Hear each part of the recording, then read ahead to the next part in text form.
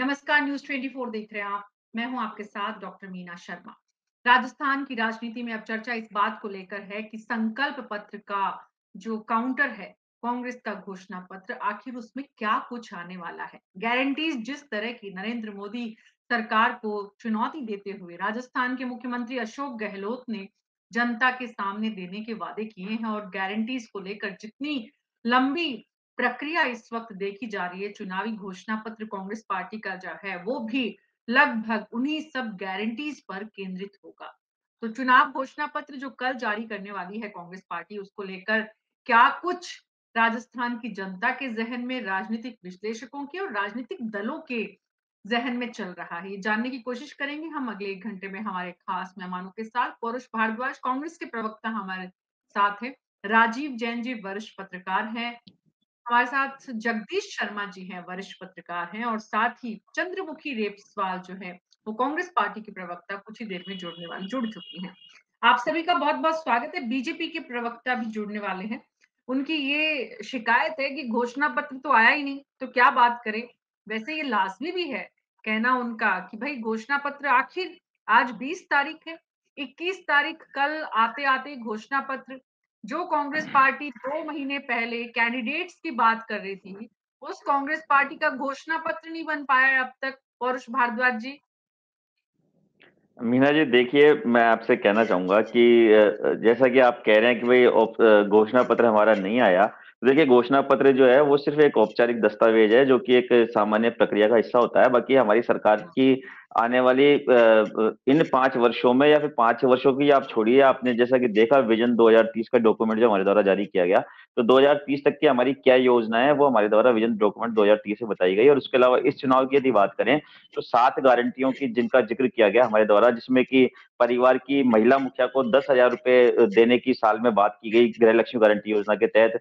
और गोधन गारंटी के तहत सरकार जो है वो कृषकों का जो गाय और भैंसे हैं उनका जो गोबर है वो 2 रुपए किलो में खरीदने की बात है। और लैपटॉप जो देने की बात है कि जो है ना फर्स्ट ईयर में जो बच्चे सरकारी स्कूल में आएँगे, अब तक देखिए जो भी अधिकतर जो योजनाएँ मिलती थी वो जब छात्राओं को मिलती थी, चाहे वो स्कूटी योजना हो या फिर वो कोई छात्रवृत्ति के तौर पे या अन्य किसी प्रकार से। ये देखिए देश में पहली सरकार होने जा रही है कि जो कि है ना जो लड़के जो छात्र होंगे जो उनको भी हम लोग जो है वो टैबलेट उनको देंगे। उसके अलावा देखिए जो चिरंजीवी आपदा राहत बीमा गारंटी योजना, इसके तहत जो है 15 लाख रुपए तक का, देखिए अब कई बार कई ऐसे केस देखने में आते थे कि जिसमें कि अचानक बिजली गिर जाती थी या फिर बाढ़ होती थी या अन्य किसी वजह से लोगों का मकान का नुकसान हो जाता था, संपदा का नुकसान हो जाता था, तो उसको भी देखिए 15 लाख रुपए तक का हमने बिल्कुल निःशुल्क तौर पे इसको कवर किया है। इसके अलावा अंग्रेजी माध्यम शिक्षा की हमारे द्वारा गारंटी दी गई है। और जो सिलेंडर जो देखिए सबसे बड़ी बात जो हमारी सरकार के द्वारा वर्ष 2014 में लगभग 400 रुपए का जो सिलेंडर जो हमारे द्वारा छोड़ के गया था, और 400 रुपए के सिलेंडर पे भी आपने वो दृश्य देखे थे कि भाजपा के नेता उस पे 5 रुपए या 2 रुपए बढ़ाने पर भी कितनी हाय तबाह मचाते थे। इनके नेता जो श्रीमती स्मृति ईरानी जी हैं, वो सिलेंडर की टंकी लेकर के रोड पे धरने पे बैठ जाया करती थी। दूसरे सिलेंडर को जब इन्होंने 400 रुपए से लेके 1100 रुपए तक पहुंचाया, तो देखिए उस सिलेंडर को 1100 रुपए से 900 रुपए प्रधानमंत्री जी को भी हमारे दबाव पे करना पड़ा, क्योंकि इनके द्वारा जो उज्ज्वला योजना शुरू की गई थी उसके जो धारकों को हमारे द्वारा 500 रुपए में सिलेंडर दिया गया। अब देखिए जो उज्ज्वला धारकों को जो 500 रुपए में हमारे द्वारा सिलेंडर दिया जा रहा था, अब उसका लाभ समग्र राज्य की जनता को पहुंचाने के उद्देश्य से हमारे द्वारा ये घोषणा की गई है कि यदि हमारी सरकार बनती है तो सभी राज्य के सभी नागरिकों को बिना किसी भेदभाव के 500 रुपए में सिलेंडर दिया जाएगा। उसके अलावा देखिए ओपीएस गारंटी, ओपीएस की जो स्कीम है वो सिर्फ एक ऐसी स्कीम है जो कि हमारे द्वारा जिसको ना कि सिर्फ घोषणा की गई, उसको बल्कि लागू भी किया गया। अब उसकी हम उसके लिए गारंटी का जो है कानून निश्चित तौर पर लेकर के आएंगे, हमारी सरकार बनती है तो। और मैं आपसे ये बात कहना चाहूंगा, इसके अलावा विजन 2030 डॉक्यूमेंट जो जारी करते समय जो राज्य की जनता ने हमें जो सुझाव दिए और उन सुझावों को हमारे द्वारा जिस प्रकार से पंजीकृत किया गया, दस्तावेज उसके बनाए गए, और उसको वो हमारी कार्य योजना में शामिल है। तो कल का जो घोषणा पत्र आएगा उसमें इन्हीं सब बिंदुओं का जो है वो आपको समावेश देखने को मिलेगा। मैं आपसे बात कहना चाहूंगा। जी, जी। इन सब बिंदुओं का समावेश देखने को मिलेगा। हालांकि चुनावी घोषणा पत्र महज औपचारिकता है।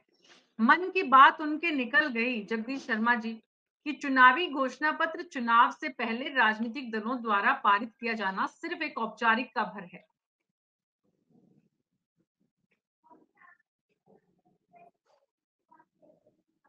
नीना जी देखिए ये घोषणा पत्र के बारे में क्या बोलूं, आप खुद ही बोल गई हैं कि 4 दिन रह गए अब वोटिंग में और अभी तक घोषणा पत्र आने वाला है, वो भी अभी कल आएगा। यानी 21 तारीख को, 25 को है, 23 को जो है शाम को वो बंद हो जाएगा प्रचार अभियान।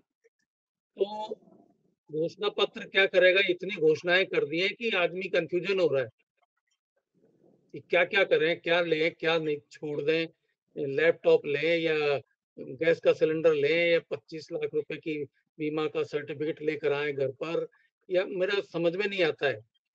दो घोषणाएं जो है बीजेपी ने भी की है, ऐसा नहीं है, उनकी घोषणाएं भी ऐसी हैं, लेकिन कांग्रेस पार्टी ने तो घोषणाओं की और उनकी झड़ी लगा दी है।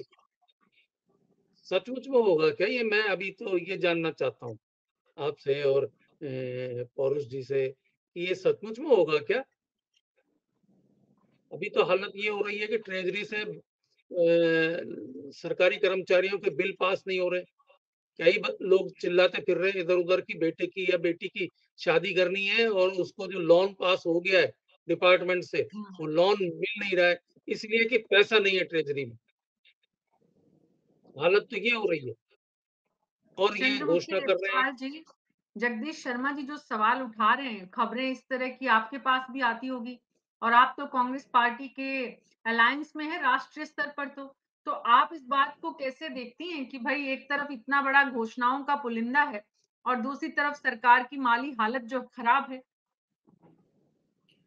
अ, सभी साथियों को नमस्कार।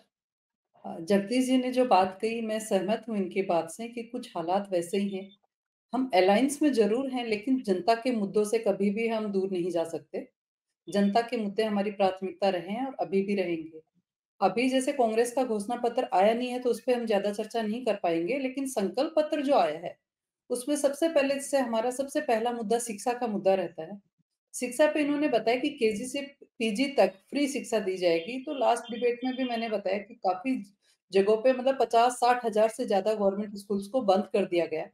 तो ये फ्री शिक्षा ये कहाँ से देंगे? मतलब जहाँ ये घोषणाएँ कर रहे हैं, तो क्या उनके पास बजट है? जहाँ महज़ मात्र 2.5% से भी 2.5% के आसपास हमारा केंद्र सरकार का शिक्षा बजट रहता है, उसमें ये लैपटॉप भी दे देंगे, ये स्कूटी भी दे देंगे, ये फ्री शिक्षा भी दे देंगे, महीने के पैसे भी दे देंगे। छठी क्लास में 6,000 3,000 देंगे, 8वीं क्लास में फिर कुछ बजट है, 12वीं क्लास में कुछ और बजट है, लेकिन स्कूल्स बिल्डिंग इंफ्रास्ट्रक्चर डेवलप नहीं करेंगे, भर्तियाँ नहीं निकालेंगे, टीचर्स नहीं करेंगे। तो ये एक फर्स्ट आपका जो अपना बात करते हैं, शिक्षा जो सबसे अहम मुद्दा हमारा रहता है, और आगे भी रहेगा, तो इस पे हम बात करते हैं। कांग्रेस गवर्नमेंट ने भी बताया कि महात्मा गांधी स्कूल्स खोलेंगे। ये पिछले काफ़ी समय से चल रहा है और इनकी सरकार मौजूदा अभी है यहाँ पे। लेकिन कितने महात्मा गांधी स्कूल्स अभी तक ये सक्सेसफुली बच्चों को शिक्षा दे पा रहे हैं? इस पे थोड़ा-सा ये हमें बता देंगे तो जनता को थोड़ा भरोसा हो जाएगा और अपना वोट कहाँ देना है, क्या करना है, उनके लिए थोड़ा डिसीज़न लेना ईज़ी हो जाएगा। सिर्फ़ घोषणाएँ कर देना, घोषणाओं के आधार पे सिर्फ़ वोट बैंक का ज़रिया मत बनिए, जनता के लिए जो देना है, कहाँ से देंगे उनको थोड़ा भरोसा तो दिलवाइए ना। ऐसे ही राजीव आप जैन जी शिक्षा की बात करते राजीव हैं, जैन जी शिक्षा में कितने 5 साल पहले एक घोषणा पत्र जारी हुआ, कांग्रेस पार्टी की तरफ से भी, बीजेपी की तरफ से भी। अभी जनता के दरबार में जब पहुँचते हैं तो 5 साल पहले वाला घोषणा पत्र निकाल कर उसकी तुलना कांग्रेस पार्टी के घोषणा पत्र की जो अब निकलेगा कल, उससे की जाएगी। उसमें से कितने परसेंट घोषणा पत्र पर अमल हो पाया है? ये जब सवाल जनता करेगी, सवाल तो ये है कि ये सब सवाल जनता कर ही नहीं पाती है। मुद्दा तो ये है कि जनता को 5 साल बाद एक घोषणा पत्र का झुंझुना दिया जाता है, जो खुद कांग्रेस के प्रवक्ता कह रहे हैं और सच्चाई भी है कि वो सिर्फ एक औपचारिकता भर है, जनता को भुलाने के लिए, वोट लेने के लिए। देखिए मीना जी, जैसे पौरुष जी ने कहा कांग्रेस के प्रवक्ता ने कि वो मात्र एक औपचारिकता है। मेरा मानना है ये कि औपचारिकता नहीं, वो महत्वपूर्ण दस्तावेज है। सरकार बनाने जा रही है पार्टी या पार्टियां जो दोनों दल हैं वो अपनी सरकार बनाने जा रहे हैं, तो उनके लिए एक ये महत्वपूर्ण दस्तावेज है। जनता जो मतदाता है उसके लिए बड़ा अहम चीज रहती है और मुख्यमंत्री गहलोत तो इस घोषणा पत्र को बड़ा गंभीरता से लेते हैं। उनके तीनों शासन को देखें तो उन्होंने अपनी पहली कैबिनेट की बैठक में घोषणा पत्र को मंजूर किया और उसको नीति पत्र बनाया कि सरकार इस आधार पर काम करेगी। इसलिए पौरुष जी से मैं ये कहना चाहूंगा कि ये कोई औपचारिकता नहीं, बहुत महत्वपूर्ण और अहम दस्तावेज है। आम मतदाता इन दोनों दलों का जो और दल होते हैं उन सबका ये घोषणा पत्र देख के ही अपना निर्णय लेती है। बहुत से लोग हैं जो भावनाओं में या आपके जातिवाद में या उनमें फंस जाते हैं। लेकिन एक बड़ा वर्ग ऐसा भी है जो इन घोषणाओं के आधार पर अपना मन बनाता है कि उसको कैसी सरकार चुननी है। अब जहां तक बात है कि घोषणा पत्र अब कल जारी होने की संभावना है, कल भी होता है कि परसों होता है। समितियां तो राजनीतिक दल 2-2, 3-3 महीने पहले बना देते हैं। जैसे सीपी जोशी जी की अध्यक्षता में कांग्रेस ने अपनी समिति बनाई, वो 1.5-2 महीने चुनाव की घोषणा से बहुत पहले बन गई थी। अब नेताओं के भाषण भी हो रहे हैं, उसमें घोषणाएं हो रही हैं बड़ी-बड़ी। अब वो इसमें घोषणा पत्र में शामिल होंगी या नहीं होंगी, ये देखने वाली बात है, क्योंकि बाद में जो राजनेता है वो मुकर जाते हैं कि वो तो एक चुनावी घोषणा थी, हमने राजनीतिक मंच से की थी।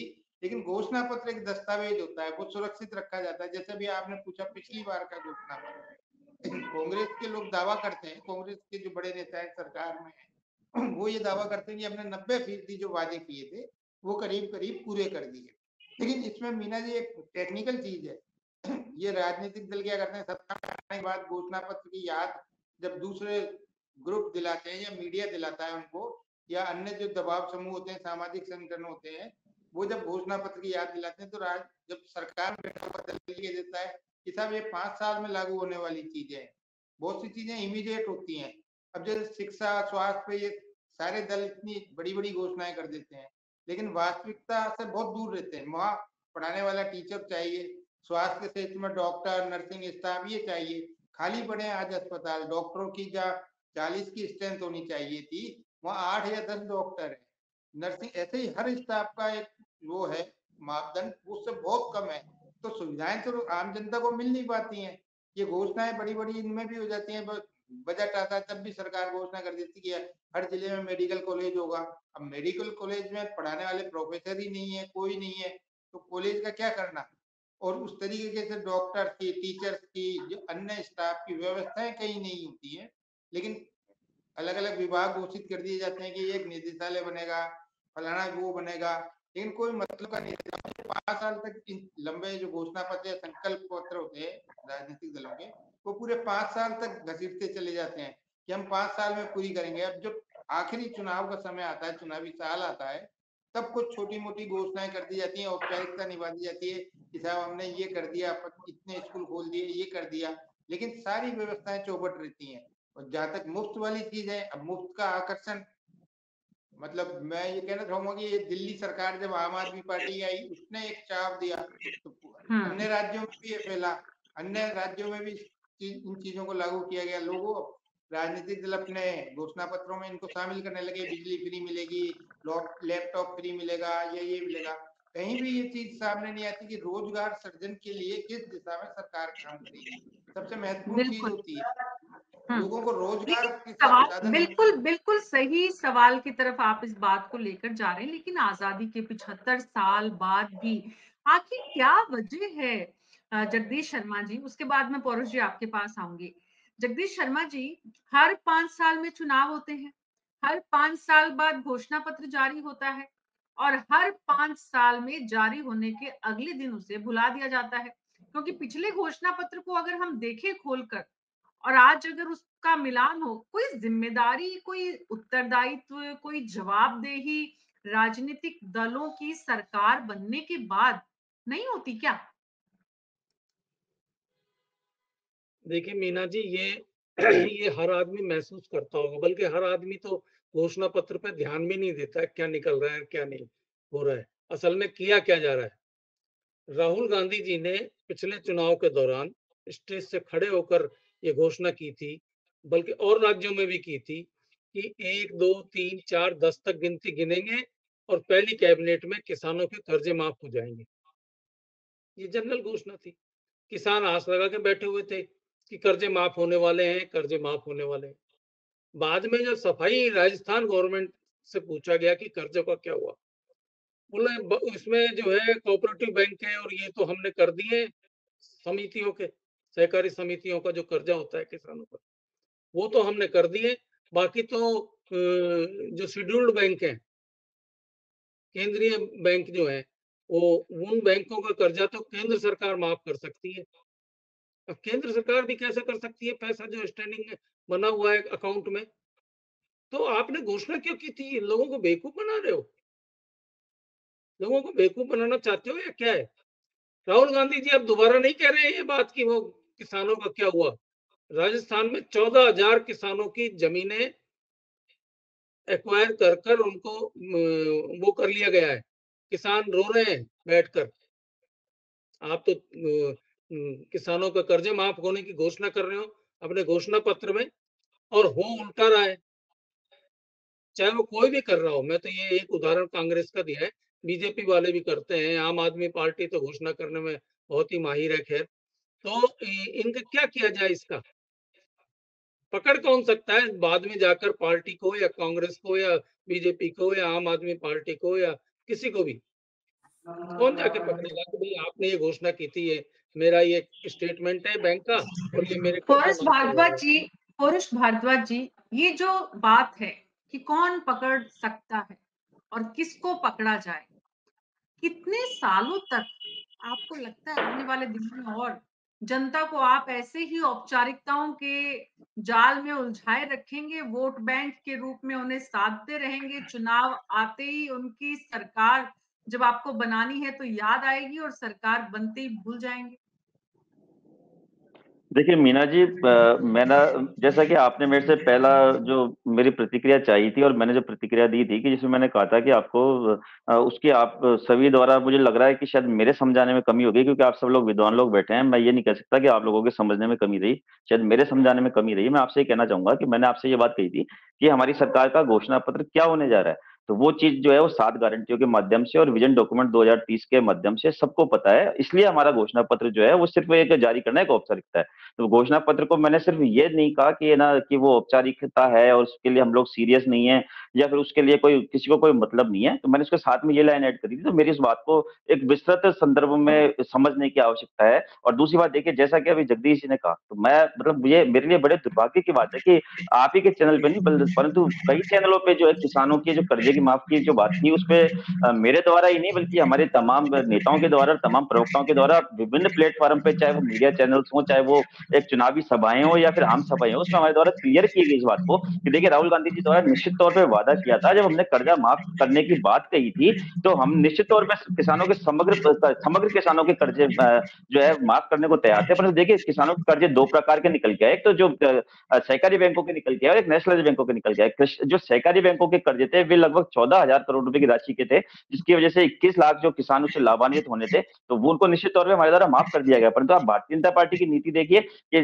ना जो ये जैसा कि अभी जगदीश जी सर ने कहा, तो मैं मेरे से बड़े हैं, मैं इनको कहना चाहूंगा इस बात को कि हमारे द्वारा केंद्र सरकार के माथे पे ठीकरा नहीं फोड़ा गया कि आप माफ कर दीजिए। हमारे द्वारा केंद्र सरकार की एक योजना होती है, केंद्र सरकार की नेशनल बैंकों की एक योजना होती है कि जिसमें उनका कोई यदि किसान डिफॉल्टर हो जाता है तो किसान से कुछ परसेंट राशि लेकर के उसके लोन को सदा के लिए क्लोज कर देते हैं। तो हमारे द्वारा जो है केंद्र सरकार से इस बात की सूची मांगी गई कि आपके यहाँ पे कौन कौन से ऐसे किसान हमारे राज्य के हैं कि जो आपके केंद्र सरकार के जो नेशनल बैंक है उनसे उन्होंने लोन लिए हुए हैं, कृपया करके आप हमें वो सूची दें ताकि उन अच्छा किसानों की तरफ से हम वो राशि जमा करा करके। जी पौरुष जी ये बताइए, जब आप जनता के बीच अब जा रहे हैं, तो जनता को ये जी समझाएंगे कि हम जनता को आप ये समझाएंगे कि हमारे नेता राहुल गांधी जी ने जो घोषणा की थी चुनाव से पहले, वो हम पूरी इसलिए नहीं कर पाए क्योंकि केंद्र सरकार ने मदद नहीं की। तो जनता इस बात को कैसे समझेगी कि भाई जब आपकी बस में नहीं था और राज्य सरकार का विषय नहीं था, केंद्रीय बैंकों पर और केंद्र सरकार पर आपकी जो है वो निर्भरता थी, तो आपने वादा क्यों किया? देखिए मीना जी, मैं आपसे इस बात को कहना चाहूंगा कि भारत जो है वो राज्यों का एक समूह है और जो संवैधानिक व्यवस्था होती है उसमें भले ही केंद्र में दूसरी पार्टी की सरकार हो या राज्य में दूसरी पार्टी की सरकार हो, परंतु जब कोई सरकार से सरकार के पास पत्र जाता है और उसमें उसको किसी एक सरकार को दूसरी सरकार की मदद की आवश्यकता होती है तो उसको पूरा करना दूसरी सरकार का दायित्व है, चाहे वो एक राज्य सरकार दूसरी राज्य सरकार से कोई सहायता मांगे, केंद्र सरकार या कोई राज्य सरकार आपस में एक दूसरे से सहायता मांगे। देखिए मैं आपको एक उदाहरण के तौर पर कहना चाहूंगा कि नेशनल हाईवे जो होते हैं बनाने का दायित्व केंद्र सरकार का होता है। केंद्र सरकार यदि कोई घोषणा करती है कि साहब हम फलानी जगह से कि हमारी सरकार बनती है तो हम इस नेशनल हाईवे को इस जगह से लेके इस जगह तक हम पूरा करेंगे, तो देखिए उस नेशनल हाईवे को बनाने में राज्य सरकार की भूमिका होती है भूमि एक्वायर करने की। आप एक कल्पना कीजिए स्थिति की, केंद्र सरकार ने घोषणा कर दी परंतु राज्य सरकार ने अपने अधिकारियों को कह दिया कि नहीं भैया अपने को कोई जमीन एक्वायर नहीं करनी, तो क्या उस स्थिति में केंद्र सरकार की गलती मानी जाएगी? नहीं मानी जाएगी। राज्य सरकार अपने दायित्व से पीछे हटी जो कि उसका संवैधानिक दायित्व था। उसी प्रकार इस किसानों के कर्जे वाले संदर्भ में केंद्र सरकार का एक संवैधानिक दायित्व था कि जब हमारी सरकार उनसे जब केंद्र से सूची मांग रही है, इनको सूची तो देनी थी खाली। मैं आपसे पूछता हूँ सूची देने में तो क्या जोर आ रहा था? यदि ये सूची हमें सौंप देते और उसके बाद यदि हम उन किसानों के कर्जों के उनके हिस्से की राशि को यदि हम जमा नहीं कराते तो निश्चित तौर पे हमारी गलती थी। तो देखिए आप एक तो सरकार होने का एक फर्ज नहीं निभा रहे, आप देश के संवैधानिक ढांचे को ध्वस्त करने में तुले हुए हैं और ऊपर से आप आरोप हमारे ऊपर ही लगा रहे हैं। तो ये व्यवस्था ही जो है इसकी मेरे हिसाब से सभी जो विद्वान जो पत्रकार हैं या फिर जो विश्लेषक होते हैं उनको केंद्र सरकार के इस कदम की आलोचना करनी चाहिए। दूसरी बात देखिए आपने अभी बात की नौकरी वाली, तो मैं आपसे कहना चाहूंगा कि निश्चित तौर पे आंकड़ों पे बात यदि हम करें तो ये अभी सरकार के द्वारा आंकड़े जारी किए गए। मैं आपसे कहना चाहूंगा कि देखिए भर्तियों की जो स्थिति है वर्तमान सरकार के कार्यकाल में 2,13,839 नौकरियों की भर्ती कर दी गई है, मतलब जिनको नियुक्ति दे दी गई है। परीक्षा परिणाम जारी हुए 26,107 के साक्षात्कार किए जाने बाकी थे जो कि अभी चुनावी कार्य की वजह से रुक गए। 1,917 परीक्षा आयोजित हुई किंतु परिणाम जारी करना शेष है। 1913 विज्ञापन प्रकाशित हो चुके हैं। 64,254 के विज्ञापन जारी किया जाना शेष आचार संहिता की वजह से रह गया। 4,462 और जो इस प्रकार और न्यायालय में जो वाद लंबित है वो 1400 है। इस प्रकार के कुल मिलाकर 3,43,018 नियुक्तियां जो है वो हमारे द्वारा जो है उनको ओरिजिनली दे दी गई है, जिसमें से 2,13,839 नियुक्तियां ऑलरेडी हो चुकी है। और आप ही के चैनल पे आपको ध्यान होगा कि बेरोजगार संघ के जो नेता थे उपेंद्र यादव, जिनको आज भारतीय जनता पार्टी ने अपना प्रत्याशी बनाया है, उनके एक बार कोई बेरोजगारी वाले मामले में आप ही के यहाँ पे डिबेट थी जिसमें मैं बैठा हुआ था और इसमें वे भी बैठे हुए थे। उन्होंने खुद ने इस बात को स्वीकार की थी कि यदि तुलना अन्य राज्य सरकारों से की जाए तो निश्चित तौर पर राजस्थान सरकार ने चाहे सरकारी क्षेत्र हो या निजी क्षेत्र में सरकार के प्रयास हो उसमें बहुत बड़ी संख्या में नियुक्ति मिली है। राजस्थान सरकार का कोई दूसरा राज्य कोई कहीं पे भी सानी नहीं है। तो मैं आपसे ये बात कहना चाहूंगा। और देखिए घोषणा पत्र की जैसा कि अभी जैन साहब जी, ने कहा कि हमारी तो परंपरा राजीव रही है जैन कि जी, राजीव हमारा जैन घोषणा जी, पत्र राजीव जैन जी, घोषणा पत्र आएगा। जो आपने बात कही मैं पौरुष भारद्वाज जी आपके पास जब अगली बार आऊंगी तो वो जो सवाल राजीव जैन जी ने उठाया था कि इतना 2 ढाई महीने का समय, वो भी पार्टी के वरिष्ठ नेता को, काफी वरिष्ठ है, मुख्यमंत्री की रेस में लगभग आगे थे। पिछले बार जब अशोक गहलोत मुख्यमंत्री बने थे, एक वोट से नहीं हारते तो उनका मुख्यमंत्री बनना लगभग तय था। आज भी अगर कांग्रेस पार्टी को बहुमत मिलता है तो मुख्यमंत्री की रेस में जो चेहरे सबसे आगे होंगे उनमें से एक है सीपी जोशी। जिस कमेटी के अध्यक्ष थे, जिस कमेटी के प्रभारी थे, जिम्मेदारी उनके पास थी, आखिर क्या कारण रहा कि उसमें भी गारंटीज का जो पूरा ब्यौरा है उससे आगे बढ़ नहीं पाए राजीव जैन जी? देखिए गारंटी जो एक पिछले 5 साल जो सरकार चली, मुख्यमंत्री ने एक गारंटी वाला फार्मूला अपनाया। उन्होंने कई तरीके की गारंटियां दी अपने पिछले जो लास्ट बजट उन्होंने दिया उसके बाद से ये गारंटी वाला सिलसिला चला। उसके बाद अब उन्होंने एक चीज कही कि जो नई सरकार हमारी आ जाएगी तो 7 गारंटियों का उन्होंने और जिक्र किया, उनकी घोषणा है वो। अब वो सब चीजों को तो शायद मेरे ख्याल से घोषणा पत्र में समावित किया जाएगा, लेकिन कितना किया जाएगा और नई चीजें क्या आती है। लेकिन मैं कभी पुरानी इस बात पे आता हूँ, पौरुष जी जो कह रहे थे कि किसानों के कर्जे वाली बात पर, कि इनके राहुल गांधी ने ये घोषणा की थी कि किसानों का समस्त तरीके का कर्जा माफ हो जाएगा। अब जिम्मेदारी राज्य सरकार की बनती है और कांग्रेस पार्टी की बनती है कि वो कर्जा कैसे माफ करे। भारद्वाज जी ये कह रहे थे कि केंद्र सरकार को चिट्ठी लिखी, केंद्र सरकार को चिट्ठी लिखी वो अलग बात है। स्थानीय स्तर पर भी राज्य सरकार अपने यहाँ हर जिले से किसानों के आवेदन मांग सकती थी कि उनका शेड्यूल्ड बैंकों में कितना कर्जा है, उसकी भरपाई राज्य सरकार करती, क्योंकि घोषणा तो उनकी थी। कोई केंद्र सरकार या भाजपा की तरफ से तो घोषणा नहीं की गई थी कि किसानों का कर्जा माफ किया जाएगा। तो राज्य सरकार कदम उठा सकती थी यदि वास्तव में किसानों का संपूर्ण कर्जा माफ करने वाली बात थी तो, लेकिन उसमें कई तकनीकी अड़चने होती होंगी। केंद्र सरकार नहीं दे रही है तो आप अपने स्थानीय स्तर पर बैंकों से संपर्क कर सकते थे, जिन किसानों का कर्जा था उनसे संपर्क कर सकते थे, उनसे डिटेल मांग सकते थे, उसकी भरपाई राज्य सरकार अपने खजाने से कर सकती थी। लेकिन कोई बात नहीं, अब नहीं हुआ, नए चुनाव आ गए, वो चीजें पुरानी हो गई। जहां तक अभी आपने बात की कि घोषणा पत्र में जो शामिल होंगी चीजें वो किस तरीके से होंगी, अब नई चीजें क्या चीज लाएगी घोषणा पत्र समिति जो बनी है, उसने क्या क्या उसमें शामिल किया है। मेरी जानकारी में तो ये कि घोषणा पत्र शायद कल जारी हो जाता, लेकिन उसमें 2-3 दिन में जो भाजपा का संकल्प पत्र आया उसको देख के कुछ चीजें और शामिल की जा रही हैं। इस वजह से कल या परसों ये घोषणा पत्र जारी हो सकता है कांग्रेस। तो उसमें जो चीजें आएंगी उसमें कोई नई चीजें आएंगी निश्चित तौर पे। भाजपा ने इसमें पहल कर ली, उसने बाजी मार ली, उसने पहले से अपना संकल्प पत्र दे दिया, तो उसको देख के कहीं ना कहीं उनकी चीजों को कॉपी करके या उससे ज्यादा चीजें बढ़ाकर कांग्रेस अपने घोषणा पत्र में शामिल करेगी। मीना जी। जी, तो पौरुष भारद्वाज जी, एक तरफ तो वॉर रूम की कमान संभाल रहे राहुल गांधी, दूसरी तरफ राहुल गांधी के मंच से किए गए वादों का कांग्रेस सरकार 5 सालों में पालना नहीं कर पाई। आपको नहीं लगता कि कांग्रेस पार्टी के राहुल गांधी जो नेता हैं, उनकी बात पर राजस्थान की जनता अब भरोसा करे तो करे कैसे? जगदीश मीना जी, जी मैं आ रही देखिए हूँ मैंने आपके पास।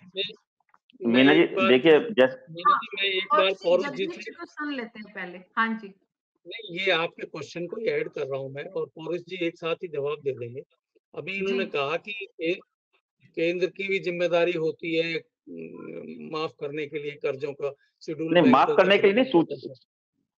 सूची, ये तो बहुत ही छोटी सी बात आपने बता दी कि जो राज्य सरकार अगर किसानों की सूची भी प्राप्त नहीं कर सकती तो मुझे मालूम नहीं, इनको बोलने का हक ही नहीं है कर्जे माफ करने का।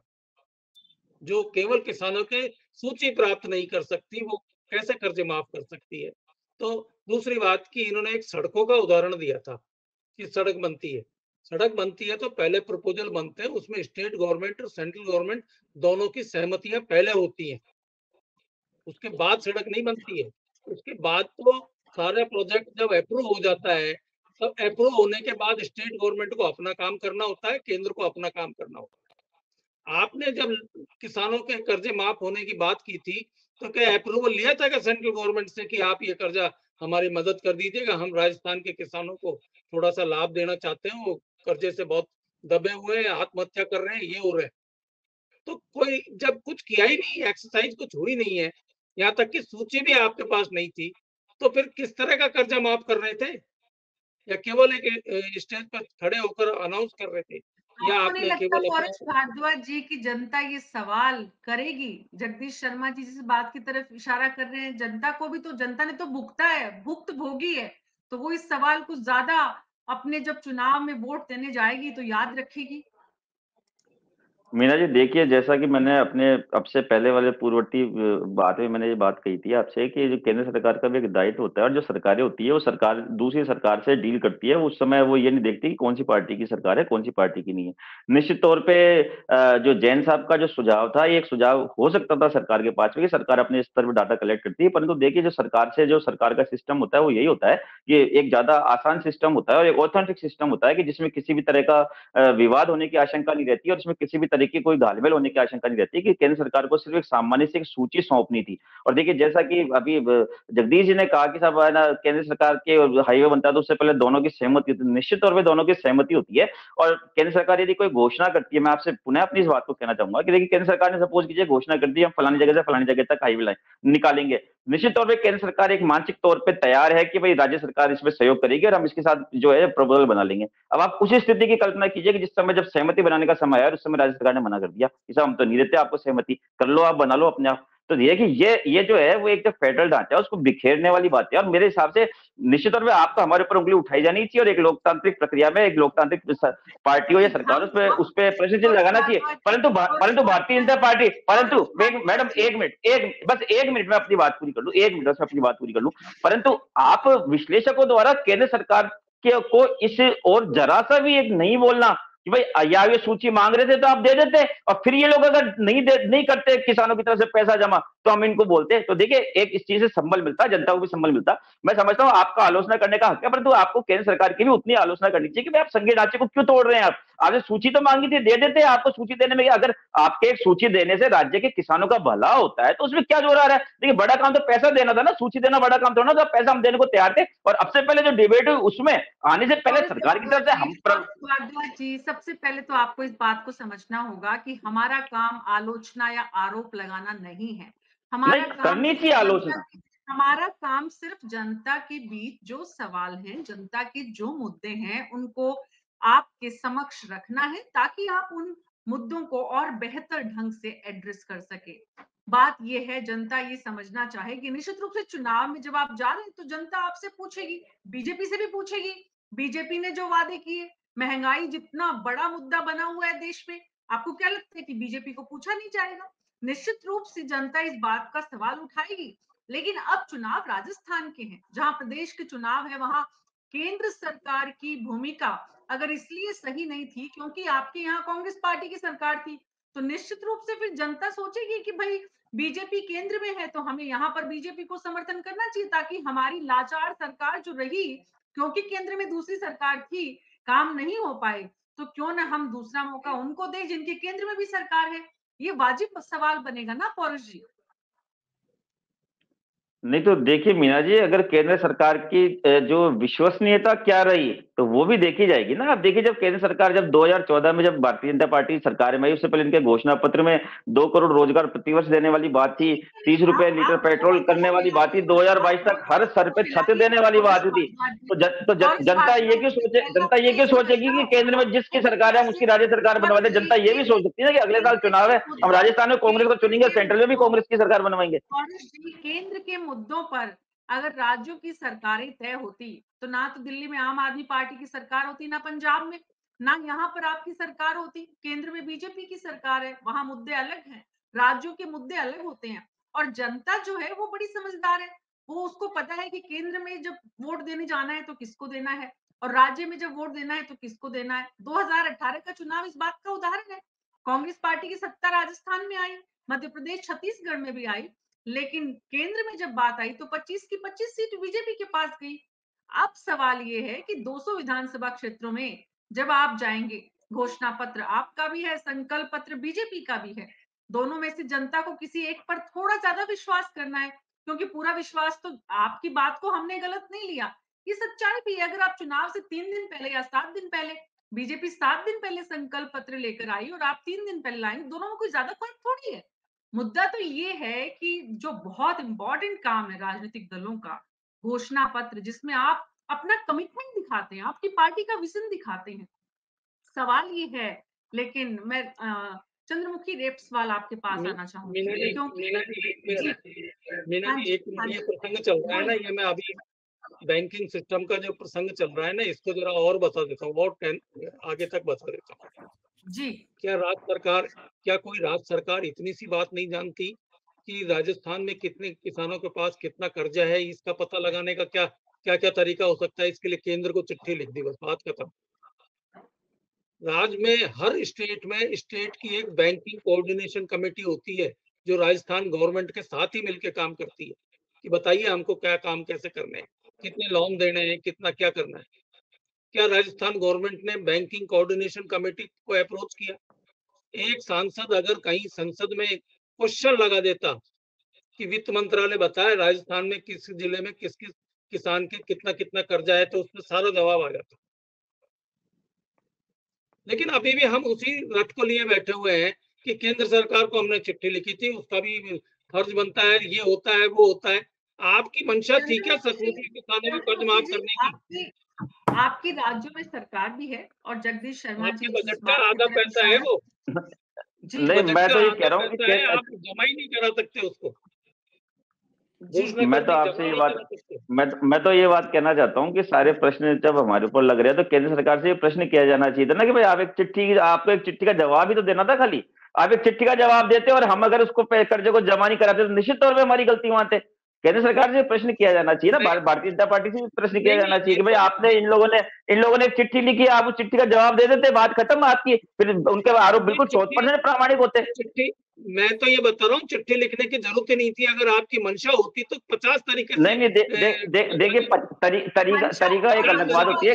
अधिकृत अधिकृत अधिकृत अधिकृत तौर पे एक सूची लेना एक अलग मंशा बात है। वाले काम तरीका बहुत सारे हुए भी हैं, मंशा वाले काम बहुत सारे हुए भी हैं, ऐसा नहीं है कि नहीं हुआ। अब तो आपका घोषणा पत्र पूरा का पूरा शिफ्ट हो गया है, शिफ्ट होके गारंटीज पर आ गया है। यानी कि एक बात और यहाँ तय हो गई है कि राहुल गांधी का जो सोच है वो और अशोक गहलोत सरकार की जो नीतियां हैं, अशोक गहलोत सरकार जिस तरह से सोच रही है, अशोक गहलोत जिस तरह से सोच रहे हैं, दरअसल इस चुनाव की दिशा भी उसी तरह से तय हो रही है। राजीव जैन जी, आप कुछ कहना चाह रहे हैं? मैं यही कहना चाह रहा था, जैसे अभी जगदीश जी ने बताया बैंकिंग सिस्टम का, तो हर राज्य में राज्य स्तरीय बैंक समिति होती है और हर जिले में लीड बैंक होती है। जैसे जयपुर जिले का उदाहरण दें, जयपुर जिले और दौसा जिले की लीड बैंक यूको बैंक है। इनका जो चेयरमैन होता है वो जिला कलेक्टर होता है, वो राज्य सरकार के अधीन होता है। राज्य सरकार की यदि मंशा होती उन बैंकों का लोन कर्जा माफ करने की किसानों की, तो उस कमेटी के जरिए और वहाँ स्थानीय स्तर पर जिला प्रशासन के जरिए भी सूची वो हासिल कर सकते थे। तो किसानों से, हर पंचायत से भी ले सकते थे कि किसान कितने हैं जिनका शेड्यूल्ड बैंकों का कर्जा है, और सरकार, राज्य सरकार अपने खजाने से उसकी भरपाई करती, तो पूरा माना जाता कि हाँ, वही राहुल गांधी ने जो वादा किया था वो पूरा किया राज्य सरकार ने। मैं ये कहना चाहता हूँ। जी, तो ऐसे में चंद्रमुखी रेपस्वाल जी, क्योंकि आप राज्यों में सरकारें खुद देख रही हैं और आज आप देख रही हैं कि कांग्रेस पार्टी 5 साल बाद जब चुनावी मैदान में है और घोषणा पत्र लेकर आना है, तो जनता के बीच जब जाएँगे, तो ये सवाल तो लाज़मी है। राज्य सरकार आपकी जहाँ-जहाँ है, वहाँ आप भी घोषणा पत्र बनाते हैं। आप भी पंजाब में भी बनाएँगे, दिल्ली में भी बनाएँगे। तो जो रिपोर्ट कार्ड है, उसपे जब मार्क करते हैं कि भाई ठीक है, हमने जो पिछली बार कहा था, उसमें से कितना पूरा किया। तो आपने थोड़ा स्टडी किया है आम आदमी पार्टी क्योंकि चुनाव लड़ रही है यहाँ पर, तो कि कांग्रेस पार्टी ने जो घोषणा पत्र 5 साल पहले दिया था, उसमें से कितने कमिटमेंट पूरे कर पाए? देखिए मीना जी, सबसे पहले तो आज हम जो चर्चा कर रहे हैं वो घोषणा पत्र और संकल्प पत्र की कर रहे हैं। लेकिन ट्रेंड बदल चुका है, घोषणा पत्र और संकल्प पत्र से ये शिफ्ट हो चुका है गारंटी वाले पे।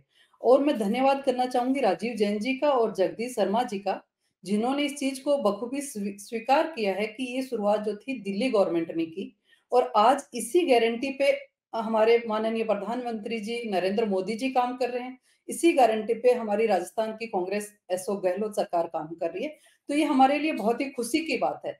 लेकिन हम लोग सिर्फ घोषणाएँ या संकल्प नहीं लेते, हम गारंटी है जो जिसको हमने पूरा किया है। और ये फ्री बीज नहीं है, जैसे राजीव जी ने बताया था, तो हम जो हमने गारंटी दी उन पे खरा उतरा, पूरा किया। जनता को ये जन कल्याणकारी योजनाएं उनका पूरा लाभ मिला। उसके बावजूद भारत में एकमात्र दिल्ली सरकार है जिसने फायदे का बजट दिया है, जिसपे कोई कर्ज नहीं है इस तरह का।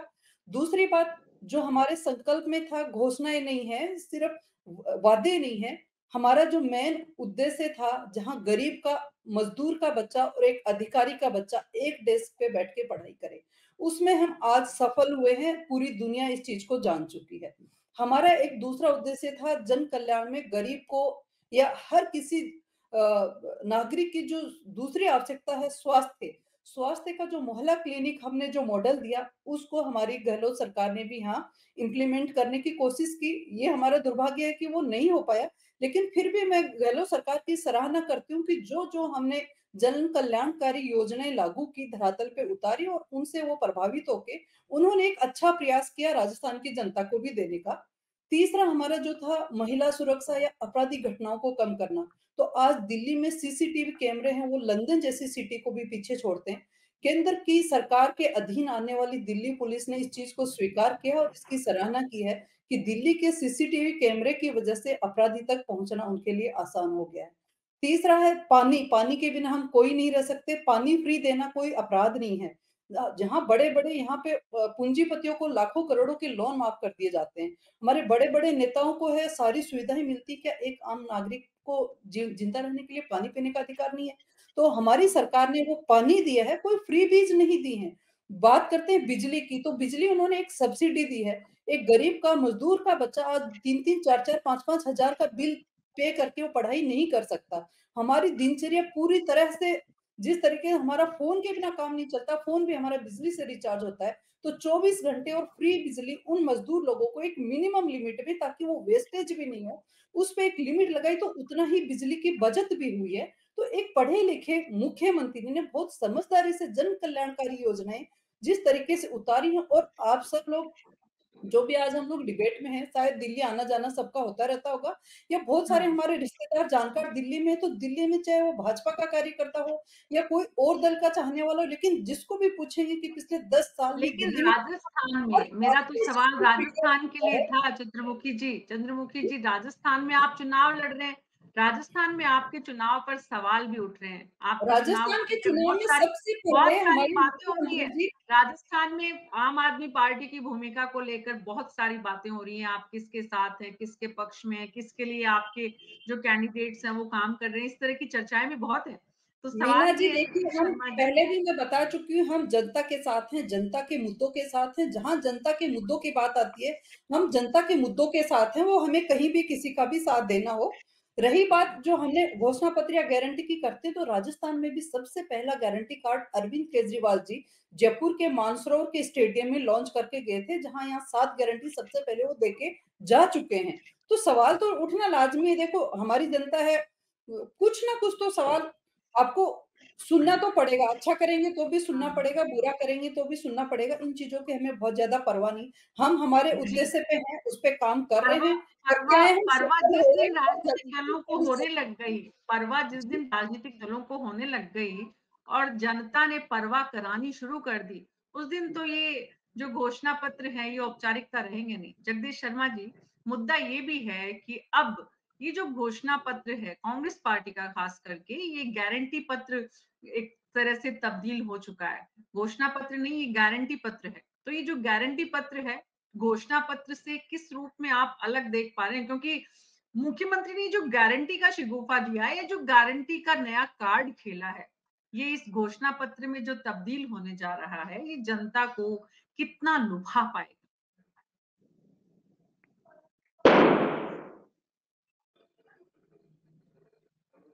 मीना जी, मैं ये समझ रहा हूँ कि ये जो गारंटी पत्र या घोषणा पत्र या जो कुछ भी है, ये केवल पब्लिक को लुभाने के लिए कह सकते हैं आप, या उसको बेवकूफ बनाने के लिए। दोनों में से कुछ कुछ भी हो सकता है। ये अभी चंद्रमुखी जी जो है ना, आम आदमी पार्टी की दिल्ली सरकार की बहुत बड़ाई कर रही थी। वो आम आदमी पार्टी क्या कर रही है? इन्होंने दिल्ली में एक स्कूल नहीं खोला नया और एक हॉस्पिटल नहीं बनाया, और ये कह रहे हैं कि हमने जगदीश जी, सारी दिल्ली की सड़क बदल दी है। जगदीश जी, आप डेटा केवल उठा के पुराने देखिए, पुरानी बिल्डिंगों को ही एनसीईआरटी नया का उठा खुदवाया के गया है, नया जो इंडिया फर्नीचर के लगाया टॉप और 10 वहाँ स्कूल है, जो है उसमें से 6 स्कूल अनाउंस दिल्ली करना की शुरू कर स्कूल दिया। हैं। आज के टीचर्स दिन की ट्रेनिंग दिल्ली के का जो सरकारी बहुत बड़ा स्कूल के काम बच्चे था। जितने नीट में सिलेक्ट हो रहे हैं, आईआईटी में सिलेक्ट हो रहे हैं। इवन हमारे पिछले साल जो एक सैनिक भर्ती के लिए हमने एनडीए की तैयारी के लिए खोला था, 72 सीट में से सिर्फ 72 सीट में से तैयारी करने वाला गरीब मजदूर के 36 बच्चे आर्मी में ऑफिसर बने हैं। तो ये सारी चीजें आपको वहां जाके देखनी होंगी, जाननी होंगी। तो स्पोर्ट्स यूनिवर्सिटीज हमने खोली है, तो आप ऐसे कैसे बता सकते हैं? हॉस्पिटल्स हमने मैं 5 मैं स्टार हॉस्पिटल्स मैं खोले जो हैं, है ना, बहुत यही यही बात बता रहा हूँ। और आम जी। आदमी पार्टी असल में कर क्या रही है दिल्ली में, उसका नमूना तो आप ये देख सकते हैं कि 2 तो उनके कैबिनेट के मिनिस्टर अंदर हैं और खुद अब चीफ मिनिस्टर जाने वाले लग रहे हैं। ये मैं सारी उसी रिपोर्ट के बेसिस पे कह रहा हूँ जो आप कह रही सच्चाई हैं और कि ईमानदारी दिल्ली का में पता रास्ता लगा लेना, सदियों ये से कर ही लेना, वो कर कांटों लेना। भरा रहा ये है। हालत सच्चाई और हालत ये ईमानदारी है, का रास्ता अभी सदियों सुप्रीम से ही कोर्ट ने कांटों भरा रहा है। 338 लेकिन करोड़ रुपए आज का जैसे जो समझदार लोगों से ये सिस्टम में उम्मीद चला करनी है पड़ती है उसकी कि तो यहाँ कोई सरकार लीड चंद्रमुखी पकड़ ली है। चंद्रमुखी जी, बोलने दीजिए जगदीश जी को, फिर आपके पास भी आती हूँ। सुप्रीम कोर्ट ने एक तीसरा और घोटाला पकड़ लिया है, उसमें 338 करोड़ रुपए की लीड समझ में आ रही है सुप्रीम कोर्ट को भी। इसलिए किसी की जमानत नहीं हो रही है। 1.5 साल हो गए मंत्रियों को वहां जेल में बैठे हुए, और खबरें ये छप रही है दिल्ली के अखबारों में, जो हमको यहाँ भी पढ़ने को मिलती हैं कि सरकार, चीफ मिनिस्टर अब जेल से काम करेंगे या घर आकर काम करेंगे या दफ्तर में पहुंचेंगे। और जेल में कैबिनेट मीटिंग बुलाई जा सकती है कि नहीं बुलाई जा सकती है? ये मैं देश है कोई आपकी कि आपकी जेल बात में का जवाब कैबिनेट देखिए मीटिंग मैं बुलाकर अब सरकार का कामकाज चलेगा? तो किस तरह की सरकार चल रही थी वो? जगदीश जी, आपकी बात का ये जवाब है ना, देती हूँ। जुडिशरी आप का भी जैसे रोल है, समझदार हर एक का पढ़े-लिखे रोल है। लोगों से इस तरह की उम्मीद मैं नहीं रखती। आप लोगों को तो एटलीस्ट समझ में आता होगा, डे टू डे रूटीन आप देख रहे हैं। सुप्रीम कोर्ट की जो सुनवाई थी, उसमें था कि जिस दिन ये केस ट्रायल के लिए जाएगा, 2 मिनट भी नहीं रुकेगा। आज तक एक सबूत वहाँ पे साबित नहीं हो चुका है। तो आप समझ रहे हैं इन चीज़ों को, आप जानबूझ के नासमझ बनने की कोशिश ना कीजिए। सच्चाई और ईमानदारी का रास्ता हमेशा कांटों भरा रहा है। आम आदमी पार्टी आंदोलन से निकली हुई संघर्ष के रास्ते चलने वाली पार्टी है। उसने शुरुआत से ये सारी चीजें उनके रास्ते में रुकावटें नई बात नहीं है। 2013 से ये सारी चीजें फेस करते हुए यहाँ तक बढ़े हैं। मात्र 10 साल में देश की वो नेशनलाइज्ड पार्टी बनी और इतने भारी बहुमत से दिल्ली में 3 बार सरकार रिपीट होना, और पंजाब में ये जनता जनमत जो था ना, जनता ने उस चीज को देखा है, जनता ने समझा है। तो हम बैठ के बात कुछ भी करें, लेकिन हकीकत है वो पंजाब की जनता से पूछिए, आप दिल्ली की जनता से पूछिए, तो इस चीज को आप नकार नहीं सकते हैं। और रही बात उनके केस की बात है, तो आज अब गुजरात है टोटली ड्राई एरिया है। आए दिन अखबार में आधे-आधे पृष्ठ का आपको लेख मिलेगा। हरियाणा के रास्ते गुजरात तक ट्रकों में किस तरह से शराब सप्लाई होती है, लेकिन वहाँ ईडी नहीं जाती है। हरियाणा गुजरात ड्राई एरिया है, तो क्या ईडी को उस पे कार्रवाई नहीं करनी चाहिए? गुजरात में पुल गिर जाते हैं, कितने सैकड़ों लोग वहाँ मारे जाते हैं, वहाँ ईडी नहीं जाती है। यहाँ लाख आपके करोड़ों रुपए के घोटाले के वीडियो आपके सामने आ जाते हैं, वहाँ ईडी कार्रवाई नहीं करती है। तो एटलीस्ट मैं आप जैसे समझदार लोगों से, जो आप मतलब वरिष्ठ पत्रकार की श्रेणी में आते हैं, तो वो लोग इस चीज को बखूबी समझ एक सकते बात हैं। करो तो ईडी आप पे आ जाएंगे, उस पे आ जाएंगे, ऐसे प्रभु जी कह रहे हैं ना। चंद्रमुखी जो जी, स्थिति हम कांग्रेस लोकतंत्र ने में जीते मोदी जी हैं। ने कही है, हमारे लोकतंत्र की सबसे बड़ी खूबसूरती यही है कि यहाँ मुख्यमंत्री भी जेल चले जाते हैं और यहाँ पर केंद्रीय कैबिनेट मंत्रियों तक को भी उस जेल का जेल रास्ता में रहना देखना पड़ता पड़ता है। है। तिहाड़ ये का लोकतंत्र रास्ता, की खूबी है, लेकिन लोकतंत्र का यहाँ चौथा तक कि सबसे वरिष्ठ मजबूत पत्रकारों स्तंभ को भी पत्रकार है। और आज आप देखिए, जाना पड़ता है। आपके वरिष्ठ नेशनल पत्रकारों न्यूज़ को भी जाना चैनल्स पे पड़ता है कहीं चंद्रमुखी पे जी। भी तो ये इसलिए सिर्फ और इसलिए सिर्फ प्लीज़ केंद्र सरकार के प्लीज़ चंद्रमुखी प्रचार-प्रसार जी, के अलावा आप कहीं ये मत कुछ नहीं सोचिए, दिखाया जाता है। आप ये तो ये उम्मीद चीज़ मत आप करिए बखूबी चंद्रमुखी जानते जी। हैं, आप इस चीज़ को चंद्रमुखी स्वीकार जी, कर रहे हैं या नहीं कर रहे हैं, चंद्रमुखी अलग जी, बात है। देश की जनता चंद्रमुखी इस जी, चीज़ को जान चुकी है। चंद्रमुखी जी, आप देश की जनता को जो संदेश देना चाहते हैं, उसका आपको अधिकार है। लेकिन दूसरों के मुँह में आप वो नहीं शब्द डाल सकते जो आपको अच्छे लगते हैं, चाहे फिर वो कोई भी हो। इसलिए जगदीश शर्मा जी को क्या बोलना चाहिए, क्या देखना चाहिए, तो उनका अधिकार है। आप आम आदमी पार्टी का पक्ष रखिए, इन्होंने जो लेकिन आप बोला ये मत इनका सोचिए। अधिकार है, वो इन्होंने बोला, लेकिन जो मेरा अधिकार है वो मैंने बोला, वो इनको सुनना चाहिए। इनको आपत्ति नहीं होनी चाहिए, सच्चाई आपकी स्वीकार पार्टी करना के चाहिए। पक्ष को यहाँ इनको लग रहा है आपका दिल्ली में एक अधिकार स्कूल आपकी नहीं पार्टी खुला, के पक्ष मतलब को पूरी रखना दुनिया बिल्कुल। मिलानिया ट्रम्प तक दिल्ली के स्कूल विजिट करने आई है, और हमारे देश के पत्रकार हैं जो अभी बोल रहे हैं दिल्ली में एक स्कूल नहीं बना। मतलब हद की बात नहीं, है कि जहाँ विदेशों के आपके लोग यहाँ मैडम इतने दौड़ रहे हैं, आप मैडम अभी बताओ, भी गलत आंसर दिया जा रहा है। स्कूल बने दिल्ली के अभी भी गलत आंसर इसी दूसरों देश पे के डाल रहे हैं, पत्रकारों ने बात को घुमा अरविंद रहे हैं, केजरीवाल को बात घूम मुख्यमंत्री रही है। बनाने में मैंने इतनी मैंने ये परेशानी कहा था कि उठाई। एक स्कूल मैं नहीं आपको खुला, एक बताती हूँ भी जगदीश जी, आप मेडिकल हर सेंटर नहीं मीडिया खुला। को पढ़ते होंगे, 4 दिन उसका पहले का जवाब नहीं दे देखिए, रहे कि स्कूल राजस्थान तो विजिट पत्रिका इन्होंने किया था, इन्होंने आपके किया था। साथ 2 दिन लगातार आए हैं, और जी न्यूज का आप देखिएगा, उसके ट्वीट पे देखिएगा, हरियाणा के रास्ते किस तरह से शराब तस्करी होकर गुजरात पहुंचती है। आप ये बात पत्रकार आपकी हैं, सही हो आप सकती है, अपना बिल्कुल। थोड़ा सा आप हमें अपने विचारों से रूबरू करवा दीजिए, तो आपको भी पूरा अधिकार है, हम आपको तहे दिल से सुनने को तैयार हैं, लेकिन आप 2 शब्द बोलिए तो सही सरकार के सामने। देखिए चंद्रमुखी जी, मैं आपके खिलाफ नहीं हूँ, न मैं आम आदमी पार्टी के खिलाफ हूँ। मैं उसकी करनी और कथनी में जो है ना, वो अंतर बता रहा हूँ। जैसे कि मैंने पौरुष जी को बताया कि आपको अगर लिस्ट चाहिए थी, जैसे वो कह रहे हैं कि केंद्र को जवाब देना चाहिए आप था लिस्ट में, बीजेपी ऐसे ही आप कह बीजेपी के लिए भी कुछ बोल देंगे, आप दीजिए, कह देंगे बीजेपी के लिए भी कि कुछ बोल दीजिए। जनता हाँ, बता ये कह चुकी है, रही है दिल्ली की विश- जनता के हिंडन हिंडनबर्ग की रिपोर्ट आने के बाद गुजरात में। 15 तो साल का सवाल ये मैं तो ये एनसीपी पूछ का रहा था कि ये आपने राज क्या कर होता दिया है, वहाँ और ऐसा? आप ऐसा बात क्या कर कर रहे दिया हैं दिल्ली के मेडिकल चीफ हेल्थ में या सेक्रेटरी, दिल्ली के एजुकेशन चीफ में सेक्रेटरी पे इतनी उसमें कर बड़ी क्या दिया? चार्जशीट आपने एक स्कूल नहीं खोला, जमीन घोटाले, एक द्वारका मेडिकल सेंटर नहीं एक्सप्रेस खोला, लेके तो उस पे तो फिर कार्रवाई कर क्या हो देंगे ना गया? आप। उसकी पुताई करवा दी जबकि आपने बस।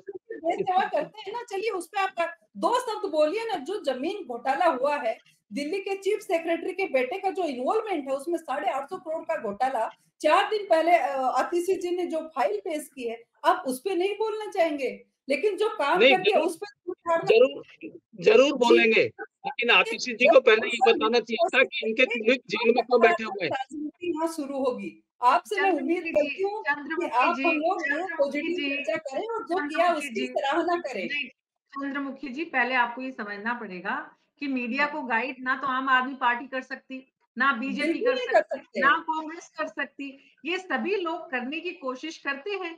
लेकिन कुछ-कुछ आप लोगों को वैचारिक रूप से सच्चाई नहीं, नहीं, सामने लाइए। हमारे प्रधानमंत्री चंद्रमुखी जी जी, पिछले 10 साल से चंद्रमुखी ये जी, पूछते आ रहे हैं कि 70 साल में पीछे की सरकार ने क्या किया?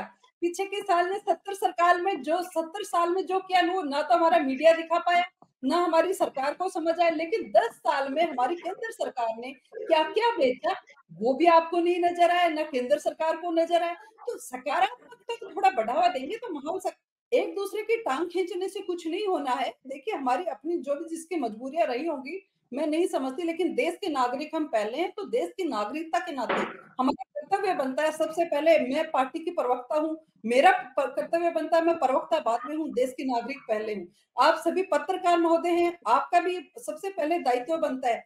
चौथा स्तंभ है लोकतंत्र का, आप और हम मिलके ये आवाज नहीं उठाएंगे, विपक्ष जब आवाज नहीं उठाएगा, पत्रकार आवाज नहीं उठाएगा, तो सत्ता में जो सरकार है वो सही रास्ते नहीं चल सकती। चंद्रमुखी रेपस्वाल जी, इस देश में अन्ना के आंदोलन को और अरविंद केजरीवाल की सरकार को बनाने में अगर पत्रकारों की कोई भूमिका है, तो उसको भी याद करिए। अगर है, अगर पत्रकारों का सच में ही कोई रोल होता है, अगर पत्रकारों को आप जो नसीहत दे रही हैं, वो अगर सच में ही प्रभावशाली है पत्रकारों की आवाज, और आपको लगता है कि वो आज मोदी जी के पक्ष में या किसी और के पक्ष में उठ रही है, तो वो आपके पक्ष में आम आदमी पार्टी की सत्ता बनने में, जब इतनी बड़ी संख्या में रात को 9 बजे तक वोटिंग हो रही थी, तो ये मीडिया ही तो था जो दिखा रहा था। तो तो ऐसा उसको हम नहीं हो सकता ना, स्वीकार उसकी ऐसा नहीं हो उसको हम सकता ना कि धन्यवाद आपके करते लिए हैं। आम ऐसा नहीं आदमी कि पार्टी के मीडिया लिए के मीडिया बारे में कुछ उसी करे, कैटेगरी में है। आम आदमी पार्टी के लिए मीडिया जब कुछ सिर्फ करे तो सही है, होता है उनको आम जिनका, आदमी पार्टी के लिए मीडिया करे वो सही, बाकी लोगों के लिए मीडिया बोले वो गलत है, ऐसा नहीं हो सकता। लेकिन सबकी क्या वैचारिक 10 भिन्नता है, साल में हमारी और केंद्र वैचारिक सरकार ने भिन्नता ही कुछ भी जो लोकतंत्र की घोषणाएं खूबसूरती है। की गई राजीव थी, जैन जी, 2 करोड़ राजीव 2 जैन जी के करोड़ पास जाऊंगी, रोजगार दिए राजीव जैन जाएंगे, जी, महंगाई राजीव कम जैन की जी, जाएगी, इन सब पे राजीव जैन लोगों जी, को कभी भी राजीव मैंने कभी पत्रकार चंद्रमुखी के मुंह जी, से आज तक मैं सुन नहीं चंद्रमुखी पा रही जी, हूँ, कुछ दिनों से मैं चंद्रमुखी लगातार, जी, क्या किसी अगर ने अगर सोचा आम कि ये आदमी, अगर सरकार आम बोली आदमी कि की घोषणाएं आवाज, घोषणाएं घोषणाएं। अगर आम आदमी की आवाज आम आदमी पार्टी है, तो जैसे दिल्ली में सत्ता थी, पूरे देश में भी दे दी जाएगी, बशर्ते कि जनता को भरोसा हो। दिल्ली की जनता ने जो भरोसा किया, वो पूरी देश की जनता क्यों नहीं कर पा रही? ये तो बिल्कुल आपको सहमत हूँ सोचना मीना पड़ेगा, जी मैं ये तो बिल्कुल आपको सहमत सोचना हूँ, देश पड़ेगा, की जनता ये तो कर आम रही है वो आदमी पार्टी के भरोसा। नेताओं को सोचना पड़ेगा, नेतृत्व को सोचना होगा, कार्यकर्ताओं को सोचना होगा, विचार करना होगा। क्यों सवाल उठ रहे हैं कि राजस्थान में आप किसके लिए काम कर रहे हैं? क्यों सवाल देख, उठ रहे हैं आपके कि आपकी पार्टी राजस्थान में कोई ऐसा चेहरा आज तक लोगों आपके का काम है कार्यकारिणी में कहना, कुछ तो प्रदेश लोग अध्यक्ष के कहेंगे। तरीके से रहा जिस है। दिन दिल्ली बाकी में क्यों हमारी करने आम के लिए आदमी चाहते हैं? पार्टी फिर राजीव पार्टी जैन जी नहीं के बनी पास थी, जाऊंगी मैं। उसमें बोलते थे कि क्या ये राजीव जैन जी, राजनीतिक पार्टी बना पाएंगे, चंद्रमुखी जी, जिस दिन सरकार में आ चंद्रमुखी गए जी, तो लगा था कि क्या ये सरकार चला पाएंगे। फिर ये चंद्रमुखी जब जी, दिल्ली में आप सरकार बड़ी बनी मुखर तो लगा कि प्रवक्ता हैं, दिल्ली की आप सरकार है, बड़ी दिल्ली मुखर से बाहर प्रवक्ता नहीं हैं, निकलेगी। अच्छी बात फिर है, वो पंजाब में लेकिन भी गए, बहुत पंजाब अच्छा के लगता है, जो कम भारतीय से जनता कम पार्टी महिलाएं के घर बहुत कहा जाता है, बहुत वहाँ अच्छी 5 एमएलए प्रवक्ता बने हैं, महिलाओं की 35 जगह बहुत पे हम कम है। सेकंड लीड पे लेकिन रहे हैं, अभी 42 लाख अभी वोटर्स ने हमें वोट किया है, तो जनता हमें चंद्रमुखी जी का सवाल ऑडियो है, बंद कर उनकी दीजिए, कुछ प्लीज लिमिटेशंस प्लीज। हैं, हम उसी के राजीव साथ-साथ जैन जी, मुझे लगता है बढ़ रहे हैं। राजीव जैन जी, ये जो गारंटीज का कार्ड राजस्थान के मुख्यमंत्री अशोक गहलोत चुनाव से 3 दिन पहले, 5 दिन पहले खेलने की जो कोशिश कर रहे हैं, या जनता को लुभाने की, या जनता के हितों को दिखाने की, या साधने की, या लोक कल्याणकारी अपनी अप्रोच जो है उनकी, वो जनता के बीच लेकर जा रहे हैं। कितना असर आप देखते हैं कि जनता उनके इस गारंटी पत्र से, जो कि घोषणा पत्र के रूप में कल सामने आएगा, जनता उस पर भरोसा करेगी?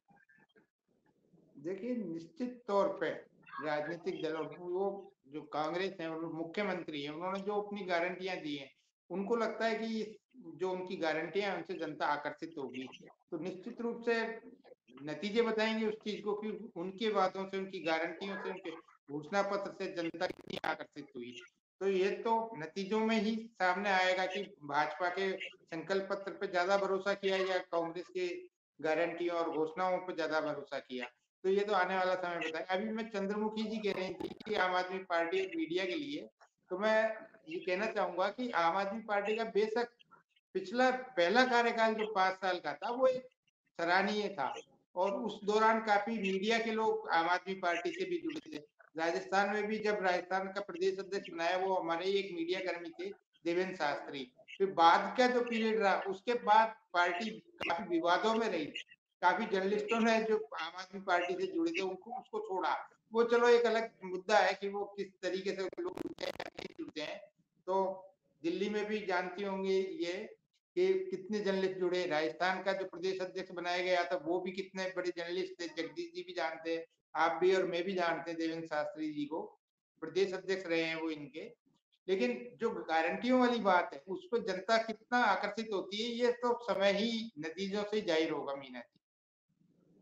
तो समय देखना होगा कि कल जब इस गारंटी पत्र को घोषणा पत्र के रूप में पेश किया जाएगा, तो राजस्थान की जनता इस पर कितना यकीन करेगी, और इसको पढ़ने के बाद इसकी तुलना बीजेपी के संकल्प पत्र से होगी, तुलना करके बिंदुवार जब हम देखेंगे कि दोनों राजनीतिक दलों ने जनता के कौन-कौन से हितों को साथ रखने की कोशिश की है, तो उसके बाद एक बार फिर चर्चा करेंगे दोनों घोषणा पत्रों को साथ लेकर। भले ही उनके नाम अलग-अलग राजनीतिक दल अपने-अपने हिसाब से, अपनी-अपनी सुविधा से, अपनी-अपनी सोच से और अपने-अपने विचारों से तय करते हैं। तो कल फिर चर्चा करेंगे इसी विषय पर और बिंदुवार चर्चा करके ये समझने की कोशिश करेंगे कि राजनीतिक दल बीजेपी और कांग्रेस जनता के मन में कितना गहरा असर डालना चाहती है। आज हमारे साथ जुड़ने के लिए आप सबका बहुत-बहुत शुक्रिया। न्यूज़ 24 पर हमारी कोशिश रहती है कि हम आपके मुद्दों को आपके साथ साझा करें और आपके सुझावों को शामिल करें। सत्ता राजनीतिक दलों तक आपकी बात को पहुंचाएं। जो आम आवाम इस प्रदेश की जनता सरकार तय करेगी, वो जाने कि उसके अधिकार क्या है और जो घोषणा पत्रों में उनके लिए वादे किए जा रहे हैं, उनकी कितनी पूर्ति हो रही है। इसके लिए आप ज़रूर देखें कि पिछले घोषणा पत्र में क्या कुछ कहा गया था, चाहे वो कांग्रेस हो या बीजेपी या कोई और राजनीतिक दल। आज के लिए बस मेरे साथ इतना ही। नमस्कार।